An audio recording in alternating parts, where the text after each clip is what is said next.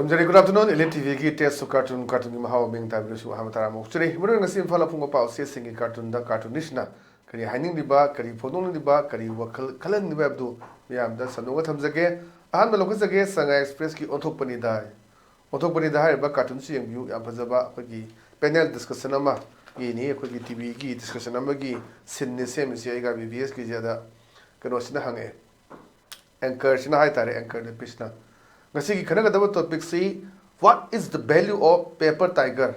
khoi gi khabar yam phau ba khoi paper tiger ga hainari se adum thabak team da tawdaba chin da dum tawlei ba duni paper tiger na khoi na che gi tiger na tawnei se tawna leiba kem di tawdaba madu tang khoi gi debate ni discussion ni have na da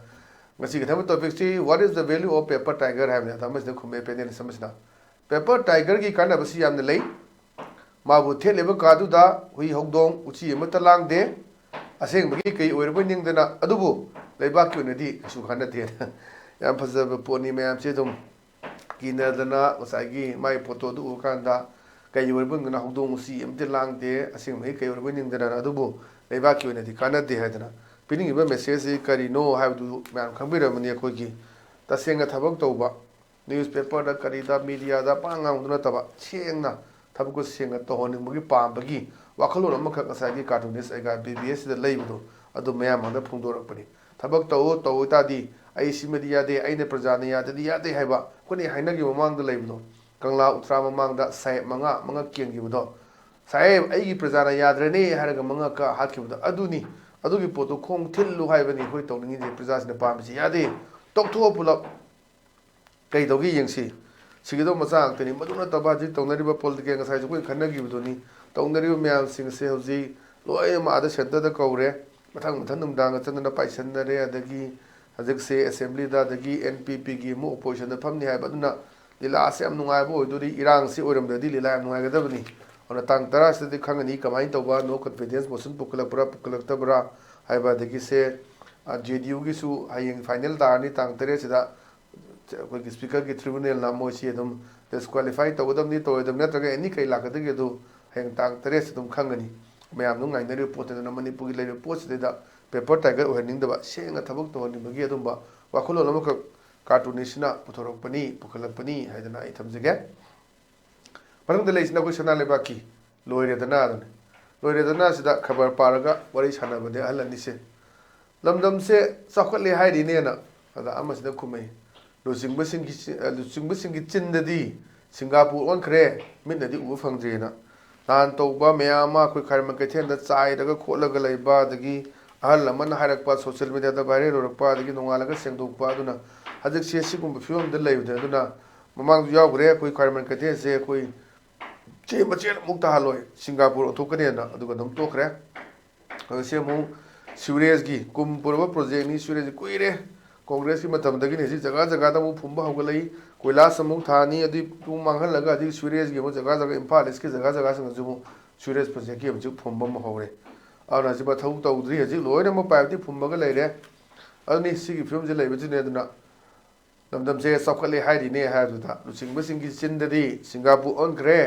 मित्तदी पुबु फंगद्रिना SIAM फजबा Sissu वान तो लेबा cartoon ने थमजगे पतंग लेसिना पोना fungi बालो हे अदुनी बालोए सिदा कोई अनाबा हंगबा लाकपनि हागे दो माले बना से अनाबा फंगबा लाकपनि हाय से VIP ward and VVIP ward थार लेमे अदा कोई गिन पी मस अंगे दुगा अनाबा फंगबा लाकपनि से कोई टाइपिंग प्रिंटिंग मिस्टेक ओरम नो माली अनाबा हंगबा लाकपनि हाय दो माली अदा अनाबा फरेने मीटिंग तौरी कनाम त चंगबा यादेना हजिक से लेरिबा सिचुएशन सिदा मयाम से वानाबा हाय तारे को वखन वानाबा मयाम यावरे याबगी मैम हंगबा लापगी सिनेमा खकनेना मनुंद फुमगा आइडिया पुबनी अदुना VVIP वार्ड थमे अनाबा हंगबा लापनीना अनाबा फरेने मीटिंग तौरी कनामता चंगबा यादेना मनुंद फुमगा दनी और हक्सांग लेरिबा सिदा स्ट्रोक तोनबा होय आदगी सेंटर दगी ज्ञानताना चतख्रो नोय अदुगे असेंबली दो फजना पांगथो ओरो इरांग थोनदना हाइदर एडवाइस तौरगा थादोरकपा मा अदुगा करी तौगदगी हायदुदी तांग तरासी यामना खौराना ngang अदुम असेंबली ओइदोनी अदनी सिदैदा अदुगी खतंग रिलेटेड ओइन दबकपा याम फजबा सिजु कार्टून ने थमजगे मथंग लेसिना कोइ होयलन पाउगी अस लोइरे हायदुनी अदेदा कोइगी Kabi and Nika Wari Sanabagi, Cinnamon and Lozi, or Pamagada. Saidiana, Nushi, no Actana, Amas Nahari.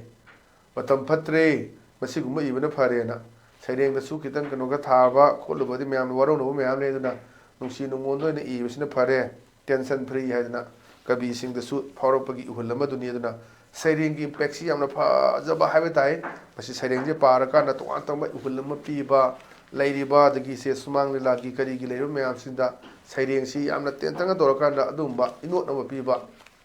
saying this, they da Koi, one Power, Rabinate Gorgi, Kadiki, Mamma, you Mamsina, saying the Paracana, Ulama Tamoy, the Itilama Pirapa, but do Mam, the Lady Nathan has his day, but by Itil, even with the pinning there. She no more than Ijere, Hanaka sing that, and the river, some Shamaka Tamakani had an argument the gloves again. But on the Lesnay Express key, Naire had Naires the Jokar Kitabok Subani, where is Anabani, Kamaisan again. Job Kasi Yan Pay, Tabok Sudra was Susil Pangena, and Amasina Kumay. Hey, Mingo, I don't know. Upon a queen of Pangli, visit the Gi, unambasing the nut, Pangmani hair Libanena.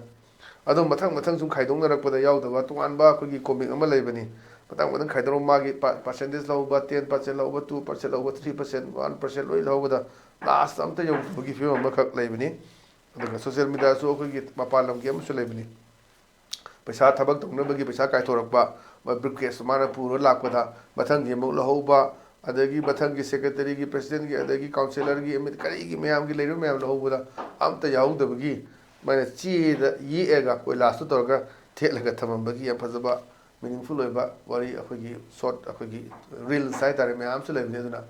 Zocas yam pay, Tabuk Sel Pangena, and I was hey, you know the Pidol no, upon Queen Pang, you see the young missing the head of Panglina, Yam Pazabachi, who want to let me cut to name them again. I think the relation of Koi, Naral Todangi, Hawa do Lerang do. I see the Chingi, Kambuni, Amana, Police ni, what is Hanavani? Popi Thaba, Kari Kaibra, and Hangmuni, and the Damasina. Yan Beare, Yung Chao in Tarona.